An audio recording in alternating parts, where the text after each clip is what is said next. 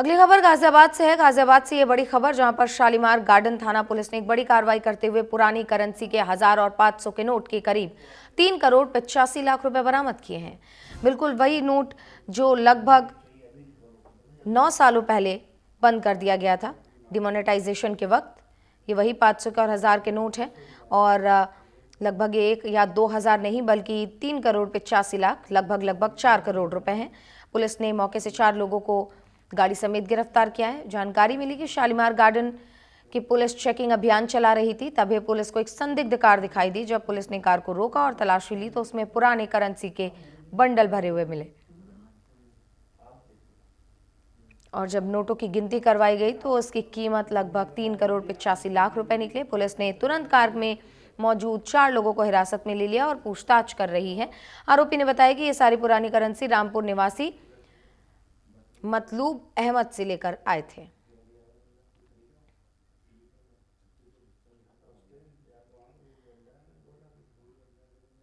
तो देखा आपने कि लगभग 4 करोड़ रुपए की पुरानी करेंसी, जिसको लेकर अब तमाम खुलासे भी हो रहे हैं। हमारे सहयोगी ऋषभ जुड़ गए, उनका रुख कर लेते हैं। ऋषभ, क्या इस पूरे मामले पर अब तक खुलासा, क्योंकि 4 करोड़ रुपए वो भी पुरानी करेंसी और इतने सालों बाद बरामद करना पुलिस के लिए भी एक बड़ी कामयाबी है, लेकिन आखिर ये नोट अब तक ऐसे क्यों रखे हुए हैं, कहाँ से आए और एक भारी रकम, इसको लेकर क्या खुलासा? बिल्कुल देखिए सुचित्रा, नोटबंदी हुए करीब 8 नवंबर 2016 में नोटबंदी हुई थी और करीब 9 साल बीत चुके हैं। आज 1 नवंबर है। उसके बाद भी इतनी भारी संख्या में पुरानी करेंसी का मिलना अपने आप में एक सवाल खड़ा कर देता है। 1-2 लाख नहीं बल्कि 3 करोड़ 85 लाख रुपए की पुरानी करेंसी पकड़ी गई है, जिसके साथ में 4 लोग पकड़े गए हैं। ये लोग रामपुर से पैसे लेकर आए थे और गाजियाबाद में से एसके नाम के व्यक्ति से बदल लेते। उससे पहले ही गाजियाबाद शालीमार गार्डन पुलिस ने इन्हें गिरफ्तार कर लिया है। सुचित्रा, बिल्कुल ऋषभ, क्या जानकारी सामने आई कि ये जो 3 करोड़ रुपए थे और ये जिस अहमद का नाम ले रहे हैं, क्या पुलिस अब उस तक भी पहुंचने की कोशिश करेगी और आगे की छानबीन किस तरीके से होगी? क्या पुलिस की ओर से कोई बयान सामने आया? बिल्कुल श्रीता, देखिए इनसे पूछताछ में उन्होंने बताया कि ये अहमद नाम का व्यक्ति है, रामपुर से उससे पैसे लेकर आए थे और ये सिर्फ फोन पर संपर्क में थे और गाजियाबाद में भी इन्हें एक फोन नंबर दिया गया था जो एच के नाम से व्यक्ति से मिलना था और इन्हें पैसे देने थे और वो उनका 25% उन्हें वापस करता अब वाली करेंसी में, यानी कि करीब 4 करोड़ रुपए थे और 4 करोड़ की बात करें तो 1 करोड़ रुपए बैठता है 25% के हिसाब से। तो ये कहना तो गलत होगा जिस तरह से उन्होंने बताया कि हाँ सिर्फ ये फोन पे एक दूसरे संपर्क में थे, कोई इतनी बड़ी रकम बिना एक दूसरे को जाने नहीं दे सकता। ऋषभ, लेकिन हालांकि इस बीच सवाल तो यहाँ पे भी उठता है ना कि बिना सरकारी किसी अधिकारी के और बिना अगर हम कहें कि महकमे में किसी को मैनेज किए हुए ये काम नहीं हो सकता, क्योंकि पुरानी करेंसी, इतनी भारी रकम और कोई छोटा मोटा आदमी इस करेंसी को एक्सचेंज नहीं कर सकता, अन्यथा अगर आपकी बहुत बड़ी और बहुत ऊपर तक जान पहचान हो।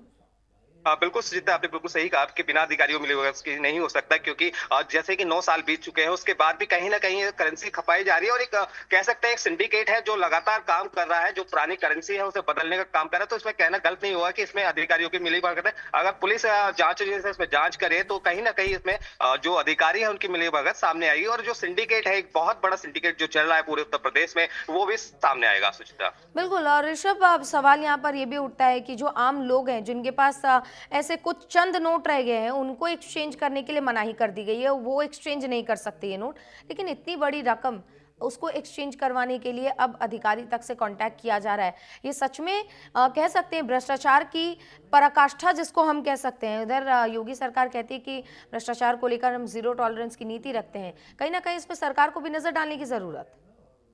बिल्कुल देखिए देखिए सरकार के आंकड़े देखे तो अभी बहुत सारे ऐसे 500, 1000 और 2000 के नोट मार्केट में हैं जो कि वापस नहीं गए हैं। तो कहीं ना कहीं इनके जो ऐसा पहली बार नहीं हुआ कि इतनी बड़ी रकम पकड़ी है। इससे पहले उत्तर प्रदेश में कई बार पुरानी करेंसी पकड़ी जा चुकी है। तो कहीं ना कहीं एक बड़ा सिंडिकेट काम कर रहा है जो इसमें भी कह सकते हैं कि आरबीआई के लोग हो या बैंक के लोग हो जो इसमें शामिल हो सकते हैं।